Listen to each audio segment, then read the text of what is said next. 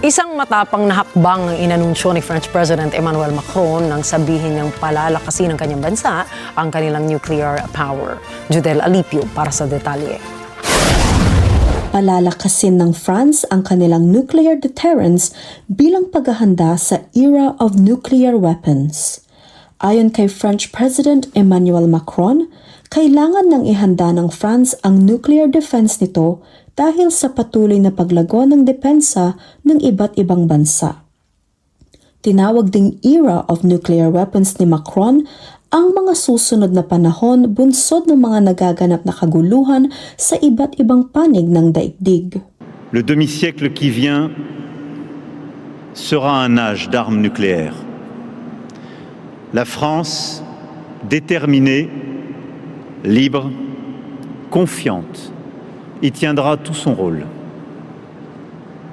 Elle continuera de se fortifier et pour son propre bénéfice, elle arrimera ce cap sur l'Atlantique au socle européen. Bilang kaisa-isang nuclear power ng European Union o EU, palalawigin ng France sa mga kaalyadong bansa ang gamit nitong nuclear capabilities.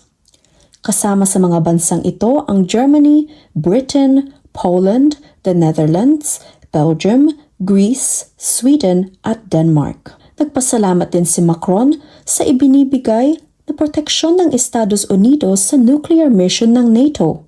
Subalit, tila kinwestiyon niya ang muling pagsasaayos ng prioridad ng mga Amerikano sa pambansang seguridad at depensa nito.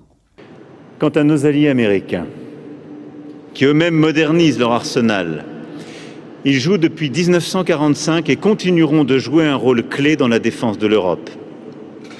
Nous leur en savons gré. Et au plan de la dissuasion, ils participent directement à notre protection avec la mission nucléaire de l'OTAN.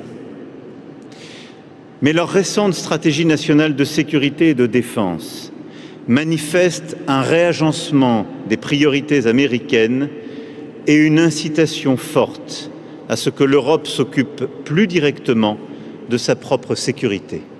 Inanunsyo rin ni Macron na ilulunsad ng kanyang gobyerno sa taong 2036 ang panibagong nuclear-armed submarine ng France na pinangalan nilang The Invincible.